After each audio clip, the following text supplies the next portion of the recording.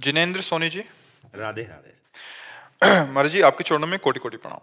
महाराज जी शाकाहार मेरे संस्कारों में है महाराज जी, पर जब मैं लोगों को समझाने की कोशिश करता हूँ तो वो तर्क कुतर्क करते हैं महाराज जी। ऐसे में हम उनको समय समझाएगा, उनको समय समझाएगा।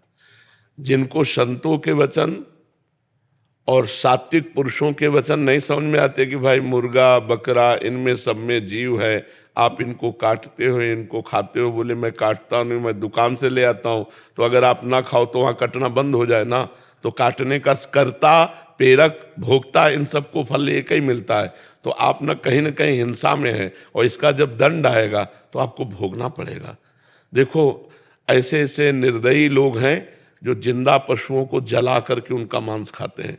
कहते हैं दूसरे देश तो बहुत उन्नतिशील हैं। हाँ, तो क्या भोग मांस खाना शराब पीना इसको उन्नति समझते हो? अगर उन्नति समझते हो तो भ्रष्ट जीव हो तुम। क्या रुपया उन्नति है? आचरण पवित्र उन्नति है। यहाँ एक बार जिस स्त्री ने पुरुष का हाथ पकड़ लिया आजीवन निर्वाह किया, वह आज इसके साथ कल उसके साथ। पर हमारे देश का सदैव अनुकरण करते रहे अन्य देश वाले। आज हम गिर रहे हैं इसलिए कि हम अन्य देशों का अनुकरण करें। ये जो boyfriend girlfriend live in relation, ये हमारे देश का नहीं, हमारे शास्त्रों का नहीं है। ये अन्य देशों से आया हुआ आचरण है जिसको आज स्वीकृति मिल गई है। अब देखो एक लड़की एक बॉयफ्रेंड से 10 दिन बाद ब्रेकअप, दूसरा बॉयफ्रेंड 20 दिन बाद उससे ब्रेकअप, तीसरा। इसको क्या बोलोगे आप? व्यभिचार प्रवृत्ति बोली जाएगी ना। अरे हम कह रहे हैं किसी लड़की को अगर ऐसा है तो एक बच्चे को वरण कर लो और उसके माता पिता से मिल के ब्याह करो, गृहस्थी में चले जाओ, कोई परेशानी नहीं। हम और पक्ष पे नहीं है, एक पक्ष पे दोस्ती करो, व्यभिचार मत करो। और जब तुम्हारी दोस्ती पक्की हो जाए तो फिर गृहस्थ धर्म में चले जाओ। फिर और जैसे गृहस्थ का प्रयोग होता है एक आज हमारा जो गृहस्थ धर्म है बहुत संकट में है। मानो कई जगह व्यभिचार करने वाली लड़की, कई जगह व्यभिचार करने वाला लड़का, ये जब पाणी ग्रहण करेंगे तो मर्यादा में नहीं रहेंगे, क्योंकि ये पहले ही अपनी आदतें बिगाड़ चुके हैं। अब इनकी गृहस्थी कैसी रहेगी? पुरुष देख रहा है कि वो उनसे बात कर रहे हैं, वो देख रहा है उनके साथ जा रहे हैं, तो संबंध विच्छेद। संबंध का मिठास कहाँ रह गया? संबंध का भरोसा कहाँ रह गया? संबंध में विश्वास कहाँ रह गया? तो जीवन किस काम का? तो ये विदेश कोई उन्नतिशील नहीं है। आप क्या उन्नति मानते हो विदेश में? किस बात की उन्नति मानते हो? आनंद परमानंद कहाँ है? अगर यही उन्नति है तो हमारे पास विदेशी लोग आकर के क्यों बैठते हैं? क्यों जानना चाहते हैं कि तुम किस आनंद में हो? अरे तुम भारतवासी हो, अपने गर्व में रहो, अपने धर्म में रहो, अपनी महिमा में रहो, दूसरों की बातें मत देखो। ये संसारी पुरुष हैं, ये क्या जाने। केवल इतनी उन्नति है, अगर इतनी उन्नति है तो अपने भारत में पैसे की कमी नहीं है, एक से एक धनी है। तो क्या वो शांत है? अगर वो शांत है तो संतों के चरणों में क्यों जाते हैं?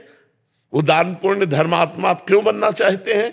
क्योंकि उसमें शांति नहीं है। शांति है दूसरों को सुख देने में, शांति है धर्म में चलने में, शांति है भगवान में। ये तो दूसरे केवल भोग योनि समझो। अन्य देशों में भोग योनि। उन्नति का मतलब क्या समझ लिया? उन्नति का मतलब रुपया होना, भोग भोगना, इतनी केवल उन्नति मानी जाती है क्या? ये तो नहीं। महाराज जी मैं अध्यापक हूँ, तो मेरे सामने इस तरह की बहुत सारी सिचुएशन आती है। वहां पर जब इस तरह की बात की जाती है तो कुतर्क क्या आते हैं कि वो सामने से हमने उन्नति कर ली, हम बाहर जा रहे हैं, और समाज में इतना गिरता जा रहा है कि पैसे को ही प्राथमिकता मान ली गई। नहीं, वो हम कल भी कहा था एकांतिक में कि धन गया तो कुछ नहीं गया, स्वास्थ्य गया तो कुछ गया, चरित्र गया सब कुछ गया। अब क्या है? उल्टा है कि नहीं है? हाँ, तो अब ये बुद्धि भ्रष्ट हो रही है, युद्ध की भी हो रही है। हाँ, अब आप देखो बूढ़े माता पिता जिनको सुविधा चाहिए, जिनको तुम्हारा प्यार चाहिए, वो घर में सड़ रहे हैं और तुम आनंद ले रहे हो देश विदेश में अपने कर्तव्यों का त्याग करके। तो विदेशी पद्धतियां हमारे देश की नहीं, हमारा धर्म प्रधान देश है। ये मूर्ख लोग हैं जो दूसरे का अनुकरण करके उनकी उन्नति मानते हो, अपनी अवनति मानते हैं। अरे हम नमक रोटी खाते हैं लेकिन धर्म से जीते हैं। हम तो गए नहीं, लेकिन जैसा सुना है नहीं ऐसी है महाराज जी। मैं 25 साल से बाहर रह रहा हूँ, लेकिन जो आप बोल रहे हो वो ऐसा ही है। ऐसा ही है, हाँ, क्योंकि हमने सुना है, हम कभी गए तो है नहीं हो, हमें पता नहीं। तो फिर क्या मतलब? फिर क्या? तो क्या आप बताओ, देखो जैसे आप विदेश में रहते हो, क्या अपने देश का प्यार कहीं आपको मिलेगा? आप विचार करो, माँ से प्यार, भाई से प्यार, बहन से प्यार, पत्नी से प्यार, जो अपने देश की एक मतलब रहनी है, ये आपको कहीं नहीं मिलेगी। भला ऐसा कोई जीवन होता तुम जिसे उन्नति मान रहे हो, हमारे लिए वो तिरस्कार के योग्य है, हमारे लिए वो निंदनीय विषय है जिसे तुम उन्नति मान रहे हो। यही तो नौजवानों की बुद्धि भ्रष्ट हो गई है और वही आचरण लाना चाहते हैं अपने देश में। तो ये नई पीढ़ी जो गिरती जा रही है, उसका कारण क्या है? कितने बच्चे डिप्रेशन में हो रहे हैं, बहुत बच्चे महाराज जी। हमारे सामने नौजवान आते हैं जो डिप्रेशन में हो रहे हैं। उसका कारण क्या है? यही व्यभिचार, यही व्यसन, यही गंदा चिंतन। नहीं तो आप देखो, हम गांव में पैदा हुए हैं, 50 गांव में ऐसे जो कुश्ती लड़ने वाले, 50 गांव में स्वस्थ, कभी डिप्रेशन शब्द नहीं सुना, कभी डिवोर्स शब्द नहीं सुना, कभी हार्ट फेल शब्द नहीं सुना। मेहनत किए और आज ब्याह, प्रेम संबंध होते और साल नहीं बीतता और डिवोर्स हो जाता है। ये क्या है? ये क्या चरित्र है? महाराज जी, इसको सुधारने के लिए आप कुछ मुझे गाइड करें। हम आपसे यही प्रार्थना करेंगे कि अपने शास्त्रों को स्वाध्याय करके, जब तक अपने धर्म की गरिमा हमारे बच्चों के दिमाग में नहीं आएगी, तब तक आधुनिक पढ़ाई विदेशों की महिमा को समझेगा। आधुनिक पढ़ाई, और अगर अध्यात्म की बात आवे तो समझ में आ जाए। अगर हमारी बच्चियां सावित्री जी, अनसुईया जी, इनके चरित्रों को पढ़ें तो समझें। हमारे बच्चे धर्म से चलें, हरिश्चंद्र आदि के पावन चरित्रों को पढ़ें, धर्म से जो अपने जीवन व्यतीत करने वाले रहे। आप सोचो, एक कबूतर की रक्षा के लिए महाराज शिवी ने अपने शरीर को काट के रख दिया, और यहाँ कबूतर और मुर्गा मुर्गी के लिए कैसे कैसे व्यवहार कर रहे हैं। एक कबूतर की रक्षा के लिए अपने शरीर को काट दिया महाराज शिवी ने और तराजू पे रख दिया, उसको हानि नहीं होने दी कबूतर की, और आप जीवों का नाश कर रहे हो, कह रहे हो।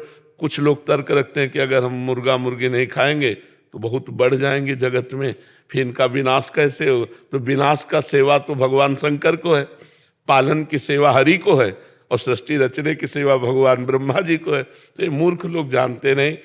अगर नाम जप करें और 10 मिनट सत्संग को सुने या शास्त्र स्वाध्याय करें तो जरूर बुद्धि परिवर्तित हो जाएगी। ब्रह्मचर्य की कमी के कारण हमारी बुद्धि रजोगुणात्मक होती चली जाती है और वो व्यसनों में उतर जाती है, और व्यसन और ब्रह्मचर्यहीनता ये धर्म रहित कर देते हैं। पर हम आपको धन्यवाद देते हैं, आप हमारे राष्ट्र के भविष्य के सुधारने वाले हैं, क्योंकि हमारे राष्ट्र के भविष्य बच्चे हैं। इन्हीं में कोई एमएलए बनेगा, कोई सांसद बनेगा, कोई मंत्री बनेगा। अगर ये चरित्रवान होंगे, धर्मवान होंगे, तो किसी भी पद में जाएंगे तो हमारे राष्ट्र की शोभा होंगे, राष्ट्र की सुरक्षा होंगे।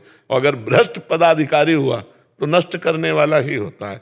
तो बच्चे स्कूल से ही चरित्रवान बनते हैं। तो आप प्रथम गुरु हैं जो उनके चरित्र को प्रकाशित करने वाले हैं। तो आप प्रयास रखिए, भगवान से प्रार्थना करते रहिए और अध्यात्म को जोड़िए। आधुनिक पढ़ाई के साथ यदि अध्यात्म जुड़ेगा तो सुधार होगा। केवल आध्यात्मिक नहीं चल पाएगा क्योंकि उनको आधुनिकता की जरूरत है, और केवल आधुनिकता नहीं चल पाएगी क्योंकि अध्यात्म के बिना उसको सही मार्ग नहीं मिल पाएगा। पूरा अध्यात्म ही नहीं चला पाएंगे, वो तो हम लोगों का विषय है केवल अध्यात्म में चलना। आधुनिक और अध्यात्म दोनों मिल के चलें तो बहुत समाज की उन्नति हो जाए।